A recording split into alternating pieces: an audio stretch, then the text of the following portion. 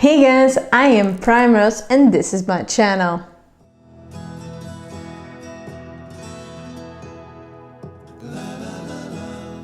I don't know about you, but I missed a good old video of painting the island. But before we start with the video, I have some bad news and some good news to give. As you know, I prefer to give always first the bad news and the good news. So the bad news is that this is going to be the last video from this season and from this year, from 2021. So the good news is that the Painting the Island videos are to continue in 2022. Over the next few months, I will try to find as much photos and different views as I can, so I can make a new series of Painting the Island videos. So stay tuned. I want to take this opportunity that I'm having right now to thank you for supporting to my YouTube channel. Thanks to you, I've reached another milestone that is very important to me. I've reached the 500 hours of watching. That means that not only the fact that you are subscribed to my channel, liking my videos, commenting on my videos, of course, but also every minute that you give me from your time is precious, and it's helping me reach another person that is also interested in the same videos that you are seeing from my YouTube channel. This is all on you. I'm putting the content out there, and thanks to you, I am getting closer and closer to being an official YouTuber. So thank you. So let's get to what you came here for, shall we? The fort of Tiago, like the ruins of Porto da Cruz that I painted in one of the last episodes of Painting the Island, are some of the examples on the island of Madeira used to defend against attacks by corsairs. This particular fort, like my painting of it, was not made in one day. In fact, its construction started in 1611. And it was to be concluded in 1614, directed by a man who was called Jerônimo Jorge. This construction took longer than expected, and it was finished years later by his son, Bartolomeu João, in 1637. But this was only the first construction of the fort. In fact, this construction has been altered throughout the centuries. The construction of this fort was carried out in two parts. The first part of the construction was completed in 1637 during the Philippine reign, but the fort only had a very complimentary appearance. After the restoration of the Portuguese reign, which happened after the 60 years that Portugal was reigned by Spain, some alterations were made to the fort, such as a new wall and an exterior gate. In addition, it was also rebuilt and expanded during the 18th century.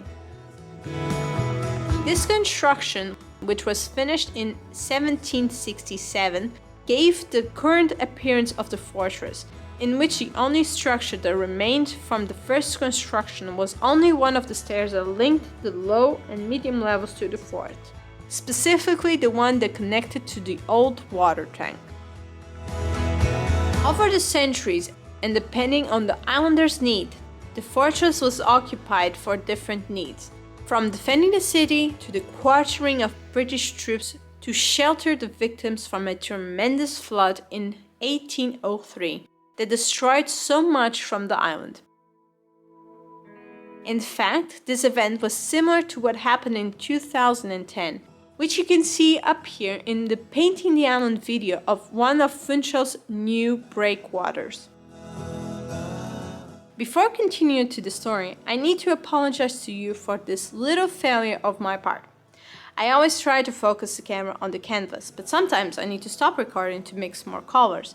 And when I put the video working again, I have to focus the camera onto the canvas again, and I forgot to check that out. The worst part is this is not going to be the only time this happens, but it will get better along the way. The British troops stayed in the island in preparation and during the Peninsular War. They first came to the island in 1801, where they stayed in the fortress until 1802. So about the Peninsular War. This was a military conflict that took place between the French Empire, ruled by Napoleon, the United Kingdom, Spain, and Portugal. This war took place between 1807 and 1814. During the period of the Peninsular War, the British troops returned to the island, but the soldiers were not accommodated in this fortress. They stayed in the São Lourenço Palace. During that time, the British troops were ruling the island. In all the fortresses that existed in the island, the flag from the United Kingdom was hoisted, and all the islanders were led to recognize the King George III of the United Kingdom as their rightful ruler. Of course, this didn't last long, and the British troops only stayed on the island until the peace treaty between Great Britain and France was signed. During the 19th century, new alterations were made to the fortress, namely to the governor's house. These alterations partially altered its structural volume, bringing it closer to its current appearance. At the beginning of the 20th century, when King Charles I of Portugal and his wife came to visit the island, the fortress was again improved. During his visit, the monarchs came to lunch at the fortress.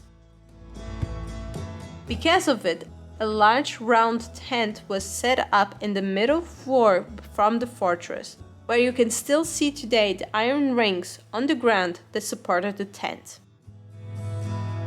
When the fortress stopped being used especially as a place of defense and combat against pirates, corsairs, or other threats, it started to be used as a barracks, and it continued to be so until the middle of the 20th century. From then onwards, it was vacated by the artillery, and it was occupied by the League of Combatants. But the renovations to this building didn't stop there.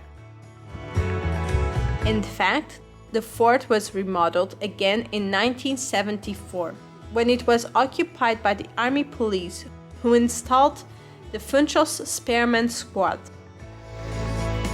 This special unit stayed here until the property was transferred to the regional government of Madeira in 1992. Today, the fort is located on the classified limits of Funchal's Old Town, and it is currently classified as a monument of regional interest. After undergoing a restoration intervention, it was reclassified as a museum space, and it is open to the public since 1992.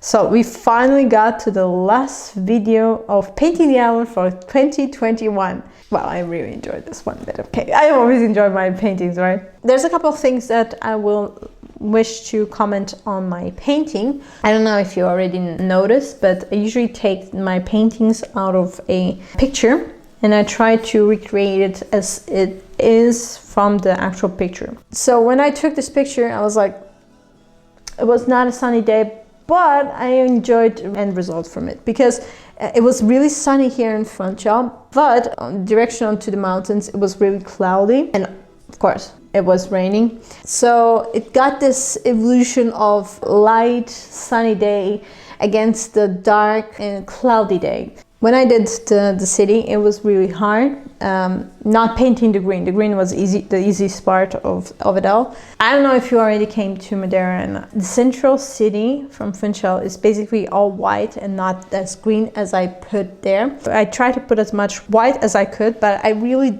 do not enjoy what the end result from this was. So I will do a remake of the green part. I tried to take as much details from the actual buildings, were the biggest ones and stuff like that. After I finished, I realized, okay, I could have done a little more here. So I think I might do a do-over from this painting.